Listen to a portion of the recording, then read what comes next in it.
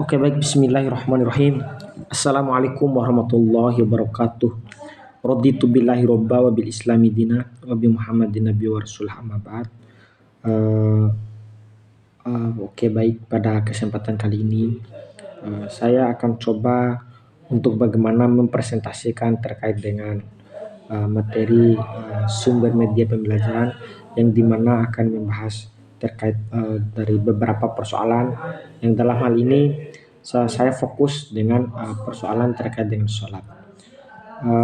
Pertama, yang kita ketahui bahwa tapi sebelum itu saya Muhammad Tirmizi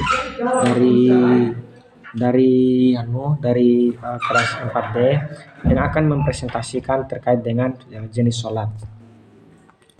Poin pertama yaitu membahas terkait dengan beberapa definisi sholat.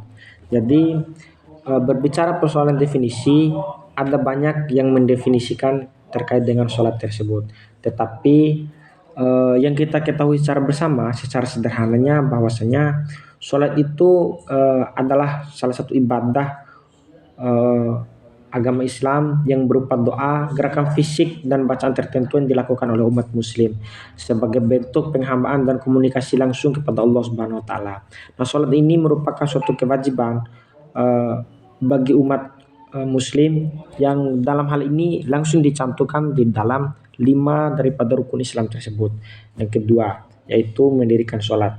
Nah, ini merupakan salah satu kewajiban bagi kita sebagai umat muslim untuk bagaimana kita bisa melakukan suatu kewajiban kita sebagai umat muslim untuk bagaimana kita akan selalu bertakwa dan akan selalu bisa mendekatkan diri kepada Allah Subhanahu wa taala. Itu yang pertama. Dan yang kedua yaitu menjelaskan terkait dengan tujuan sholat. Nah, ada beberapa tujuan sholat tersebut. Tidak terlepas daripada tujuan sholat untuk bagaimana kita mendekatkan diri kepada Allah Subhanahu wa taala. Nah, mendekatkan diri kepada Allah Subhanahu wa taala ini adalah untuk bagaimana kita bisa mendekatkan dan bisa menghamba kepada Allah Subhanahu wa taala. Itu yang pertama. Dan yang kedua yaitu membersihkan jiwa dan hati dari dosa. Nah, membersihkan jiwa ini yaitu salah satu output yang kita dapatkan di dalam sholat tersebut. Karena dengan sholat tersebut kita bisa membersihkan jiwa, bisa menenangkan hati, dan bisa berpikir mana yang baik dan mana yang buruk.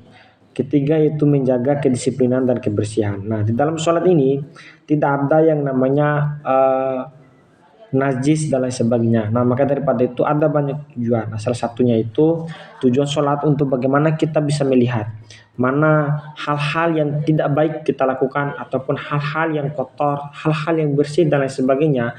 Nah, ini terdapat daripada tujuan sholat tersebut. Itu yang kedua. Dan yang ketiga yaitu pengertian daripada sunnah dan wajib. Nah, seperti yang kita ketahui bahwa sunnah dan wajib ini adalah salah satu hal yang tidak terlepas daripada ingatan kita bahwa sunnah adalah suatu perbuatan yang kita lakukan apabila kita melaksanakan hal tersebut maka kita akan mendapatkan pahala, dan apabila kita tidak melakukan hal demikian maka kita tidak mendapatkan pahala maupun tidak mendapatkan dosa. Itu adalah sunnah. Dan wajib adalah sebuah perbuatan yang dimana apabila kita melakukan maka kita akan mendapatkan pahala, dan apabila kita tidak melakukan maka kita akan mendapatkan dosa. Nah, ini adalah salah satu definisi terkait dengan mana yang sunnah dan mana wajib. Nah, maka daripada itu di dalam sholat itu ada banyak sholat-sholat yang sunnah, ada banyak juga sholat-sholat yang wajib. Nah, seperti yang kita ketahui di dalam sholat sunnah, sholat wajib itu ada lima waktu. Pertama subuh, zuhur, asar, maghrib, dan isya dan lain sebagainya itu. Dan yang terakhir yaitu tata cara sholat. Nah, di dalam tata cara sholat ada banyak tata cara. Yang pertama, tapi sebelum itu kita harus memahami syarat-syarat sebelum sholat.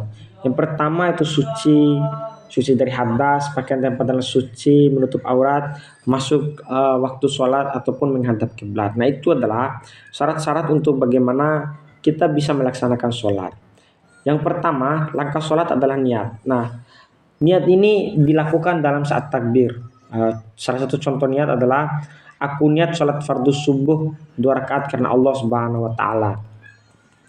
Dan yang kedua yaitu takbiratul ihram, mengangkat tangan dan membaca Allahu Akbar.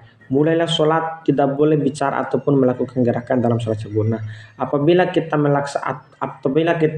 sudah mulai takbiratul ihram, maka tidak boleh bicara ataupun melakukan gerakan di luar daripada sholat setelah itu.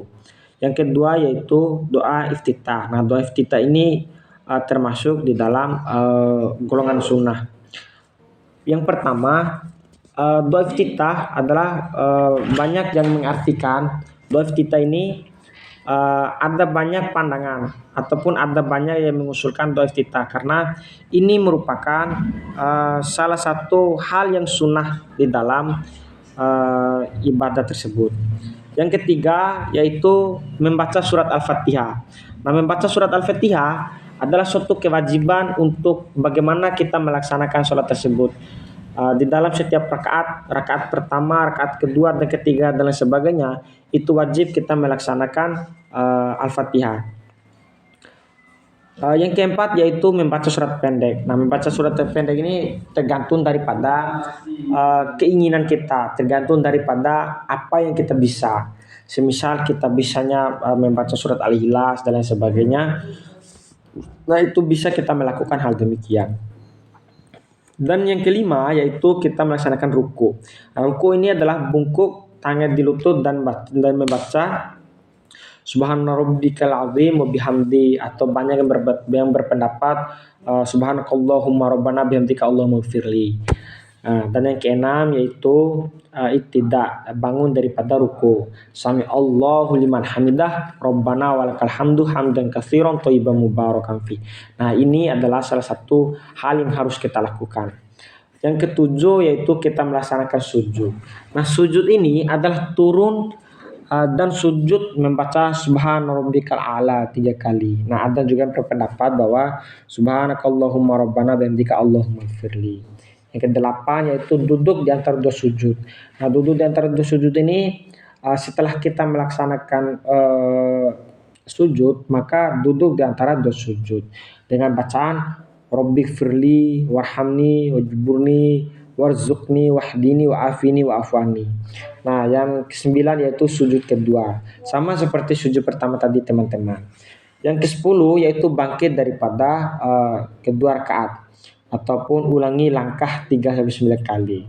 Nah, yang terakhir adalah tasyahud akhir. Nah, setelah kita melaksanakan semua itu, kita masuk di dalam tasyahud akhir, membaca setelah kedua di rakaat terakhir.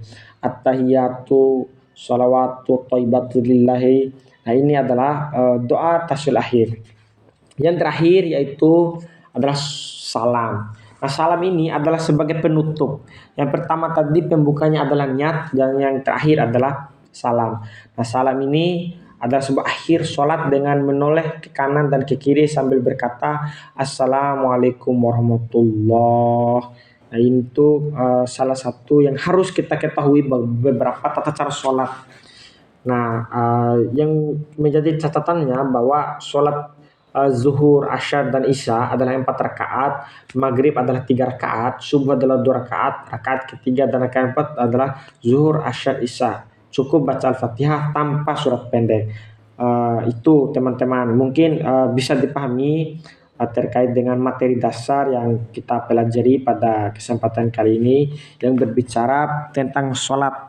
Semoga dengan kita memahami jenis sholat, bisa memahami kelebihan sholat, pahala, sunnah, wajib, dan lain sebagainya tadi, seperti apa yang saya jelaskan, kita bisa melaksanakan suatu kewajiban kita. Karena seperti apa yang saya jelaskan tadi, bahwa definisi sholat adalah suatu ibadah utama agama Islam yang berupa doa, gerakan fisik dan bacaan tertentu yang dilakukan oleh umat Muslim.